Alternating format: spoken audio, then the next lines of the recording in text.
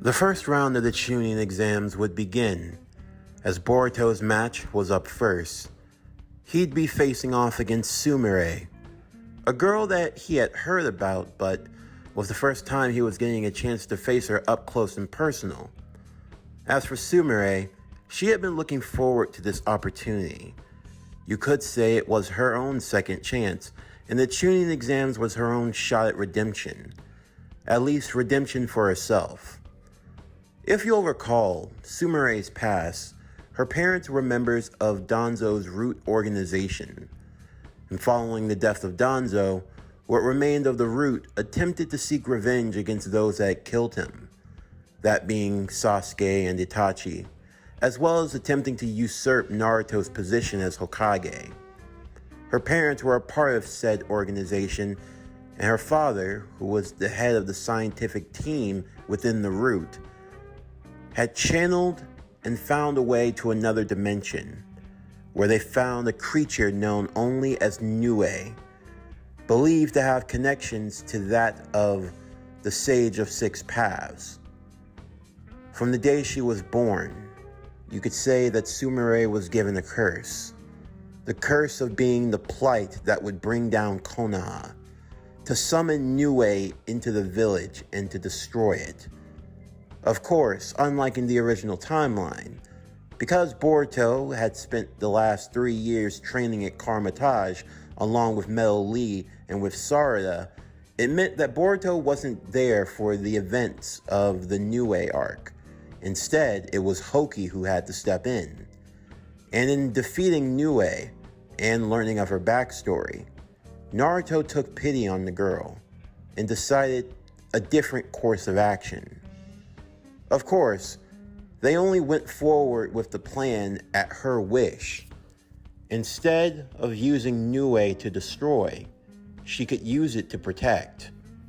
With help from expert sealing ninja in Konoha, Nue was sealed inside of Sumire, effectively making her a Jinchuriki if you wanted to call it that. There was still so much about Nue that Naruto and the rest of Konoha didn't know, but they would monitor and watch over her. And Sai, being a former member of the Root and having known the influence that Danzo could have on people, he personally took an interest in training the girl, helping her to develop her skills and to break free of that mindset that the Root organization instilled into her at such a young age. It was thanks to the efforts of people like Hoki, Kakashi, Naruto, and Sai that Sumire wasn't spending the rest of her life in a prison cell or worse. She was able to have stopped herself from doing something she could have lived to regret. And now she had a chance to strive for a new path, a path all her own. As the battle would begin, it would be a classic exchange between ninja. Sumire would start by throwing a series of shuriken and kunais, to which Boruto would deflect as they engaged in a flurry of taijutsu.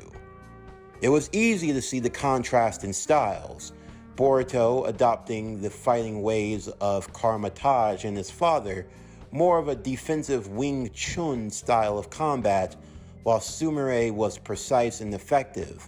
It definitely showed traits of that sort of training within organizations like the Anbu, and even Elite Jonin for that matter. While Sumire was always looking for the weakness, always looking for the point of attack, and then using her connection with Nue to summon the Nue tail and to strike at a moment's notice, Boruto would stay on the defensive, continuing to gauge and read her movements. There was a lot that he had learned from his month's training with Zabuza. Among many things, learning when to and when to not use your signature techniques, knowing what could be in store for you later down the line. Boruto had trump cards that he wasn't ready to play yet, so for now he had to gauge just what Sumire were capable of doing. And then he found his opening. It started when the girl would attempt to fire a water bullet jutsu. It just barely grazed Boruto's shoulder and it left a nasty bruise. But this gave Sumire confidence, believing that Boruto was slowing down, and that if she kept in rapid fire, she would eventually be able to hit him. But Boruto used that to his advantage as he ran around the arena as she continued to shoot multiple water bullets. Eventually, they were surrounded entirely by water. Zabuza and Haku, who were watching in the crowds, began to wonder if Boruto was planning to use that technique. "It wouldn't be a bad strategy," Zabuza would say. "But still, it would be rather foolish of him to use it now. This girl isn't worth that much effort." "You think so?" Haku would ask. "She's really capable. Perhaps he might have to use that technique to trap her."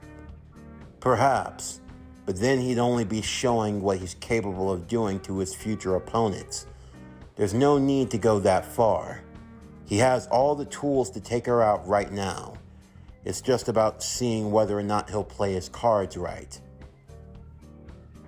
As the battlefield was now being littered with multiple puddles of water all around them, Boruto had finally gotten the trap set into place. With that, he would create a single clone, as he and the clone would both charge towards Sumire. At the last second, the clone would jump back as Boruto would move forward, as the clone would launch with the Gale Palm Jutsu, shooting and rocketing Boruto straight towards Sumire. "So that's his plan, attempting to hit me with blinding speed and catch me off guard. Well, unfortunately, that's not going to happen." Sumire would prepare herself, calling and channeling the power of Nue in that moment, increasing all of the strength to a precise point in her fist. If this was simply about who would get their fight off first, then all she had to do was land a decisive blow before Boruto could. Boruto readied himself as he was preparing to make contact with Sumire. Sumire would duck, and at the final second, would strike Boruto in the gut. Sumire was pretty confident in herself. However, the Boruto she hit suddenly poofed, or much rather, splashed. "Water clone jutsu?" "And you just took the bait." She saw the Boruto that had stood back. She wasn't sure what type of clone he had made. She just assumed that given who he was, that he would have made something akin to a shadow clone, although that was false reasoning. But now she knew something else. She was now soaked in water, and Boruto was back at a distance as he weaved through the hand signs and yelled, "Ninja style! Lightning! Thunderclap arrow!" With that, Boruto would channel the lightning into the water that was on the ground, strategically moving through the various puddles before eventually reaching the streak of water that went directly towards her. Sumire would be stunned by the amount of force with the lightning, shocking her into place, as Boruto wasn't done yet. Using the supplied water around him, he would then channel for the spell. "Ice tendrils of Ikanoth!" With that, ice-like whips and tendrils would protrude from the waters, having a much more easier surface to appear through, binding and holding her in frozen restraint, as Boruto would move in, holding a kunai to her throat and offering for her to surrender. Of course, Sumire probably could have channeled more energy from Nue to continue on in the fight, but the restraints were indeed powerful, and she was already too compromised. She let her guard down, not taking into account what Boruto could have been capable of. She would admit defeat, and Boruto would get the win, moving on to the next round. The next fight would see Hoki Takatori versus Inojin Yamanaka. Now, this is a match that took place within the original series of Boruto, if you're familiar with the anime. So, while I could go into detail about how this fight could be slightly different from the original timeline, a few things are of note here. For one, Hoki has been training exclusively under Kakashi, so he would be much stronger than in the original timeline. And also keep in mind that Inojin Sensei is not Moegi, but is instead Konohamaru, and to be specific, a Konohamaru that was trained by Zabuza, and a Konohamaru that currently wields the Executioner's Blade. So essentially, imagine everything Konohamaru can do now, but with skills added to him based from what Zabuza could do in Naruto. And now take all of that and apply it to Inojin in his style. Inojin would still prefer to use his clan technique between the mind transfer jutsu and using the Super Beast scroll. But I can tell you that while the fight did end similar to canon, it wasn't without fireworks. It started with Hoki creating a powerful earthen terrain like jutsu, creating multiple blind spots and vantage points, using earth release to create multiple protruding rocks shooting from the ground, similar to the original fight in the anime where he created a maze. However, Inojin would counter by creating a special like beast from the Super Ink Scroll, that being Ink Clone Zabuza. You see, because Konohamaru's team is closely connected with Zabuza, it wasn't uncommon for Zabuza to look over their training and to offer points and suggestions whenever possible. For Inojin, he would recall stories from Zabuza's days as a mist ninja and his other escapades. In doing so, Inojin made sure to take very careful note about everything that Zabuza could do, at least what he could copy from memory. It took up a lot of his chakra, but he felt it would be worth the effort, as he created a full-size clone of Zabuza, made of ink of course, and still in black and white, but still, he was able to command a Zabuza-like clone at will, that also had for himself an ink sword shaped like the Executioner's Blade. Inojin would use the clone as protection, as Hoki would have to engage with the clone in combat that was mirrored to fight in a simulated version to how Zabuza did.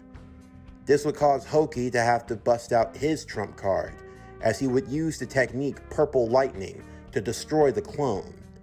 But doing so would only protrude further into Inojin's plans, as when Hoki destroyed the clone, he became covered in ink that Inojin would use as a way of binding and holding him in place, before using the mind transfer jutsu to switch and go inside of his mind.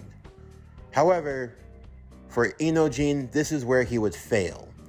Because you see, Hoki had special training under Kakashi, and there was a reason why he kept his left eye covered, not just as a way of paying homage to Kakashi the copy ninja, who in this timeline still has the Sharingan, but also because he was developing a special skill used in the Anbu. Storing up chakra into one's own eye, they could use it as a way of release and to escape any form of genjutsu or mental holding. It was a common technique used by the Anbu to keep them from revealing any secrets in the event of them being captured on a mission. Plus, keeping in mind that Kakashi would also train using his Sharingan to give Hoki the full feel of what high-level genjutsu was capable of, it meant that Hoki's tolerance and his mental fortitude was a lot stronger, even more so than in the original timeline with his training under Sai. And, just like Sai, Kakashi was a former member of the Anbu, and one of the best that they ever had. Because of this, Hoki would be able to overpower Inojin's mind transfer jutsu and would defeat him, advancing to the next round. The next match would see Mitsuki versus Yodo, who was from the Sand Village and a member of Team Shinki. However, this Yodo is a lot different, that being that she competed and was trained in a similar program to the Genin Apprentice program used in Konoha. You see, Team Shinki, while it was officially a team, were a team made up of Genin that were trained exclusively by one teacher. Shinki, the adoptive son of Gaara, was trained by Gaara. There was also their other teammate, Aurea, who was trained by Kankuro in puppet jutsu. But then there was finally Yodo, who was trained by Shira, who was a taijutsu specialist from the Sand Village, and who you probably remember from the filler arc where Lee and Shira had that epic taijutsu fight, the 8 Gates versus the 7 Heavenly Breaths. In this universe, Shira is indeed canon, and he took on Yodo as an apprentice, and she would become the next inheritor of the 7 Heavenly Breaths, currently able to open the 4th. She would use her skills in reverse taijutsu to battle against Mitsuki, and while she definitely had some surprising skill, in the end it wasn't enough to bring Mitsuki down, who would effortlessly counter and defeat her, advancing to the next stage. But then, the next fight that had a lot of people interested was the fight between Shikadai Nara and Amadeus Cho, one of the members of Team Katasuke. Amadeus entering into the arena holding what appeared to be a metallic suitcase, red and gold. He placed the suitcase on the ground before flipping a switch to open it, Shikadai wondering what he was up to. As you all might suspect, the suitcase would morph into a form of armor that would begin to form all around Amadeus. The armor that you all may be familiar with and known as the Iron Spider suit. To be specific, it's the classic Iron Spider suit from the original Marvel Civil War, the classic red and gold Iron Spider suit. This was one of Dr. Katasuke's inventions, the Iron Spider, a suit that could enhance the user's physical and capable ability, and being modeled after that of the spider, just as his own touch and flair. Of course, it wasn't just America Chavez who was shocked at this, but it was also Naruto. Because while it looked different, he recognized that similarity in the suit. He looks just like him. Naruto thought about that time, that mission, when he joined with those other heroes across the multiverse to battle against the Scarlet Witch. Spider-Man. But how is this possible? There wasn't a Spider-Man in his world. Naruto would immediately look to Chavez to get clarification on the matter. If I had to assume, he's probably a variant. It's likely what he is. A variant? Yes. When you travel across the multiverse, Chavez would explain, you're bound to find variants of other people. Just like how if you were to travel to a different multiverse, you might find different Narutos. You could say that he's a variant of a Spider-Man in your world. But how's that even possible? I mean, what are the odds? It's probably because of your interaction with Strange. The universes, in and of themselves, you could say they're all like puddles of paint. Chavez was trying to explain it to Naruto. Imagine, if you would, a canvas, a white canvas, and it's decorated with different paint spots. All of them dots of different shades and colors in and of themselves. And there's all that white in between them. When two worlds interact for a long time and to a certain degree, it's like two paint colors mixing together. Say blue and yellow, creating a form of green. When Doctor Strange came to your world, Naruto, it was like the blue mixing with the yellow. If he had never spoken to you and taken care of his business and left, then maybe things could have gone back to normal. But because you've interacted, elements of his world, of our world in general, it's merged into your own. It's not so blatant as to be noticeable in everyday life, but it's just something that happens naturally with things. You get to a point where you're on a spectrum. You might start off at yellow, but eventually you cross over into the green, but not immediately. You go through different shades and layers until eventually you can't tell where the yellow and the blue end and where the green begins. Still, it's not like it's the worst thing that can happen. There could be worser outcomes. For Naruto, that made the most sense at least, but still it left him worried. If this was just one potential crossover into his world, could there be more? Could there be any other? He'd have to definitely keep his eye on all this, and to try to figure out how, out of all people, how did variants manifest with Dr. Katasuke and his research?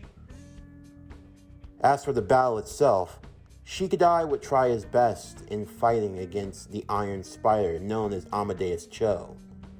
Amadeus was a bright and studious child from the land of Iron. He had migrated as an orphan to the land of Fire after the death of his parents, attempting to seek a better life.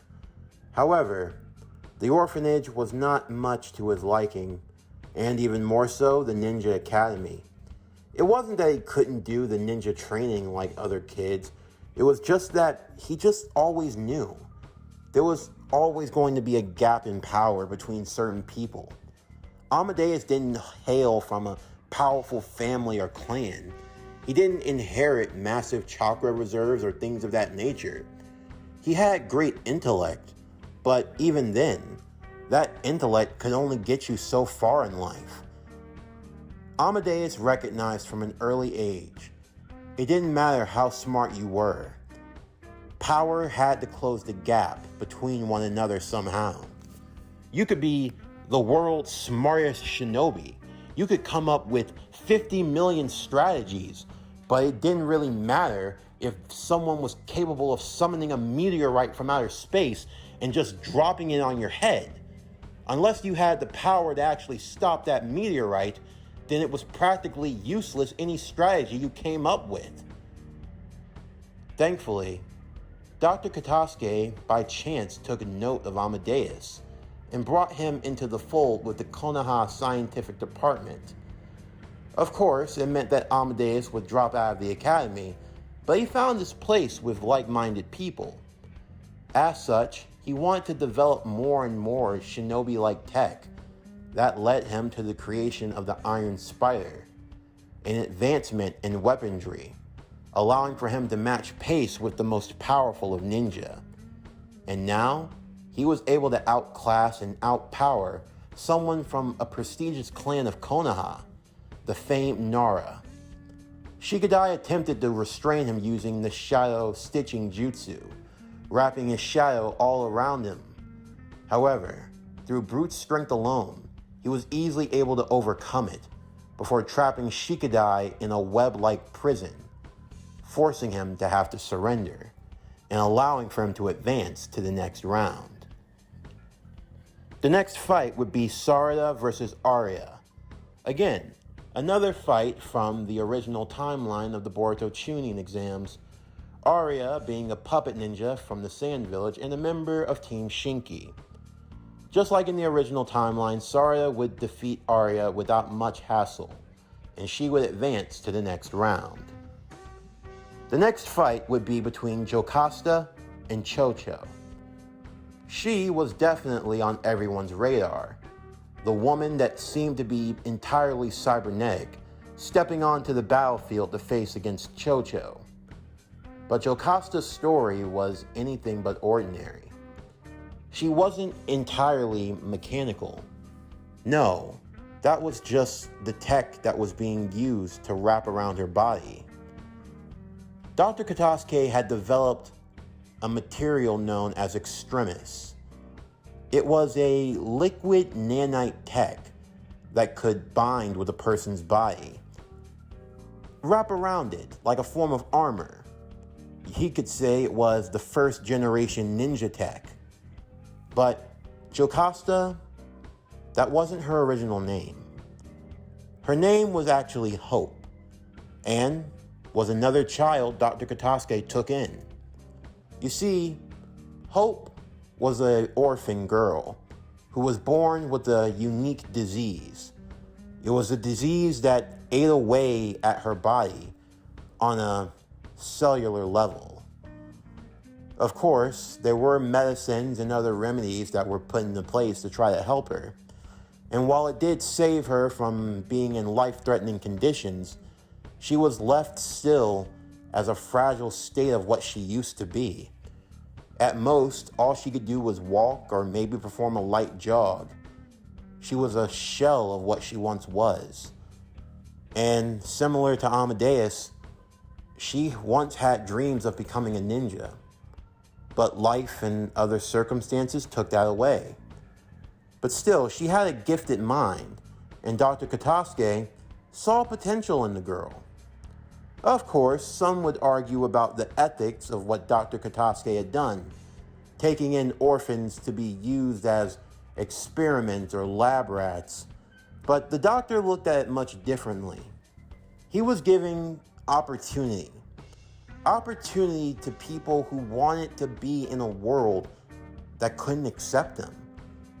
The simple fact of the matter was, Amadeus was a bright boy, but he just didn't have the physical power to compete with the world's best. He had the mind for it. He could create and develop powerful tools that could let him rival even the strongest of ninja. But because the shinobi way looked down on such things, he was ostracized. Jocasta, a girl with a bright future, turned terminally ill. She was saved, but at the cost of her shinobi career. She was so weak and brittle, there was hardly anything that she could do. But given the extremist technology, now she was stronger than ever, more than capable of holding her own. For the doctor, this was the innovation he was talking about. This is what his technology could do for people who didn't have the means to help themselves. And what about all the other ungrateful ninja? All the people who day in and day out just took what they could do for granted. Like it was normal that people could just create fireballs out of thin air, that they could walk on water, climb up trees with little more than their chakra. These people could do things that were otherworldly, and yet, how had they used that? How had they used these skills? All they did was perpetuate years upon years of warfare. Naruto, the man who talked about a way of the ninja, people being connected through chakra. All chakra did was create violence. And now he was looked at the bad guy because he tried to even the playing field? How was that fair?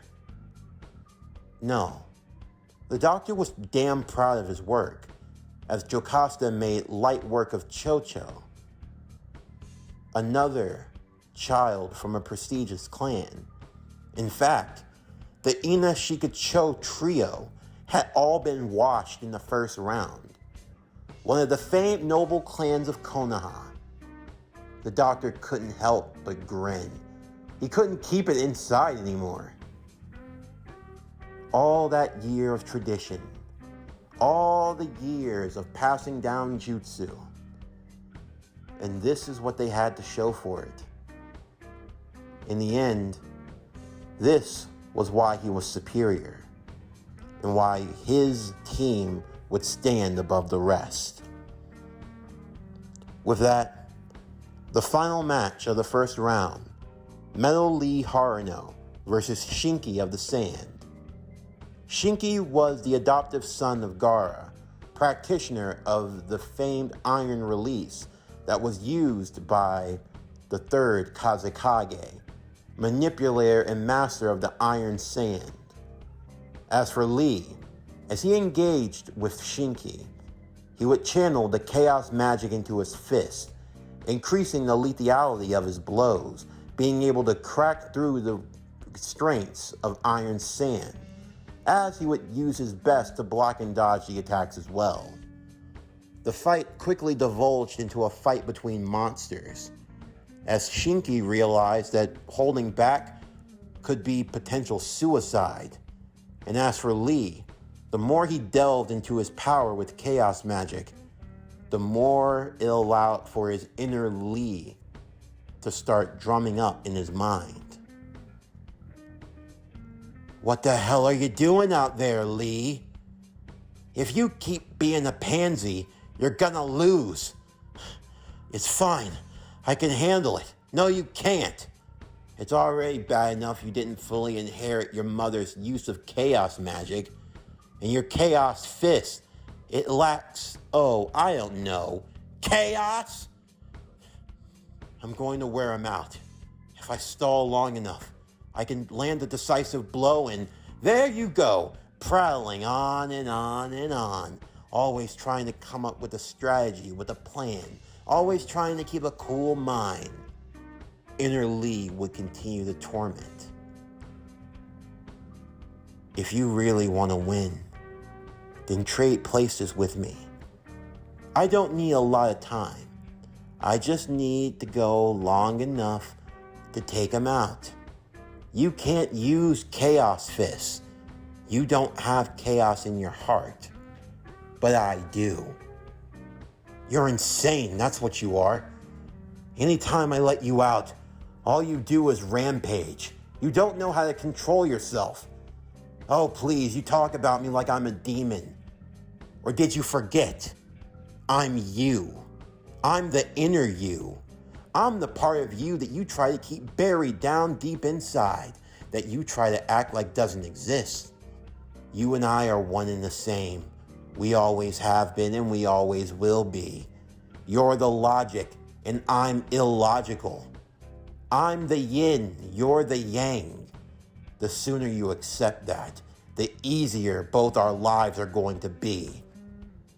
Unless you're okay with failure. But why am I not surprised? Compared to your other friends, failure is something that you're used to. You can't properly use magic. You have to constantly create shortcuts to make up for your own lacking. The Uchiha girl, the Uzumaki boy, they're leaps and bounds superior to you. But settling for third place, typical. Lee was now being pushed to his limit, and inner Lee was finally going to get what he wanted. It was brief, but it was all he needed. Now he was in the driver's seat now. Shinki looked on rather perturbed as Metal Lee's eyes began to glow a crimson red.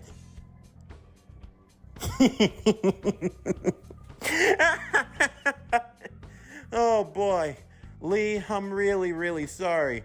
I promise I'll make it up to you. So, Sand Boy, how about you and I have some fun? Who are you? Shinki would ask. I'm Metal Lee Harano. No, you're not. I can feel the bloodlust oozing from you. And that look in your eyes. Are you the boy's inner demon or something? Inner demon? You're damn right I am. Metal Lee would then blitz Shinki in that moment. The Iron Sand just barely able to create a barrier as he was knocked away. You could say that I'm the part of him that he wishes he could be. I'm sorry, but my friend, he's too... what's the word? He's too much of a bitch. He's always trying to think and plan ahead and be all strategic and la-di-la-di-la. Well, here's the part where I just wreck everything and leave. First gate. Gate of opening. Open. Gate of rest. Open. Third gate. Gate of life. Open. Metal Lee had opened up to the third gate. To be more specific, Inner Lee, who was now in control. For Rock Lee himself, this was something he was always fearful of, his son snapping and losing it. He would begin to send a barrage of punches and kicks, knocking away at the iron sand and crumbling it over and over again, breaking it down faster than Shinki could use to cover himself. Nuh-uh-uh. You're not getting away from me that easily. Crimson bands of Sidorak. Crimson bands would then unwrap from around Lee's forearms, binding and holding Shinki in place. But he didn't stop there. He started opening the 4th gate, then the 5th gate. And if he didn't know any better, he was prepared to go for the 6th. For Rock Lee, he was worried. He knew he shouldn't have intervened, but his son was out of control. The battlefield was all but wrecked at this point. I hope you're ready, because I'll see you in hell! Lee, that is enough! Everyone could hear the loud, booming voice in the crowd. It was Sakura. Well, to be more specific, it was Inner Sakura. You see, if Sakura were the mother to Lee, Inner Sakura is Inner Lee's mother. And while the two moms had come to an agreement in balance between order and chaos, that was something the boys clearly didn't learn. What the? Mom? You have 5 seconds to give Lee back control of his body, or so help me, on Agatha's grave, I will make you suffer. Mom, I can't, come on, I'm so close to victory. And 5, Mom, please, no, 4, but please, 3, 2, oh, fine. Inner Lee would snap back and give control to regular Lee, who was able to get his body under restraint and close off the gates before they did any more damage to him. The Crimson Bands would disappear as well as he began to stagger around. Shinki, not wanting to waste any time, created multiple fists out of iron sand and connected a series of fire body shots and blows, knocking him out cold, pinning him down and forcing for the official to call the match. Rock Lee would quickly do so and Shinki would be declared the winner. And thank God too, because if he hadn't, he was prepared to use Iron Coffin and crush that boy to death. Lee would be removed from the arena as a brief timeout would be called to try to fix everything up before the next round would begin. As Shinki made his way back to the stands, his teammates would ask him what the hell that was. Shinki just ignored him as he sat on the bench. I just escaped. That's all it was. I don't know what the hell happened to him. It was like he became possessed by some sort of demon. I felt like I was going to die. While everyone was definitely perturbed at how that fight ended, it was anything else but epic.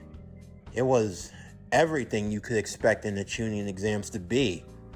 And if this was just the first round, then you can only imagine what the next had in store.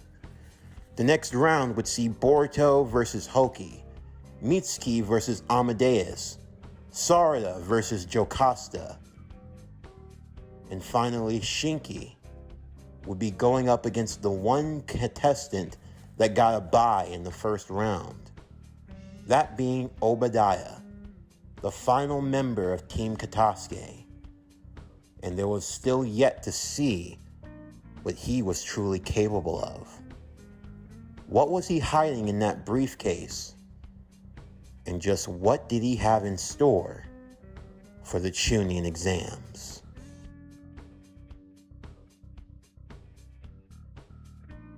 This concludes Boruto, the Sorcerer's Son.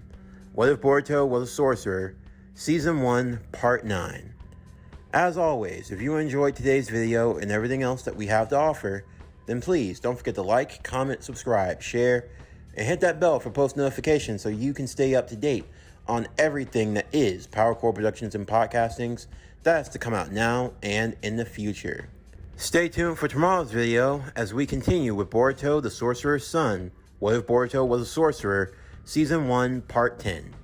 But anyway, that's going to do it for the end of today's video. I'm Javon Harrington with PowerCore Productions and Podcastings. Signing off, and I'll see you next time.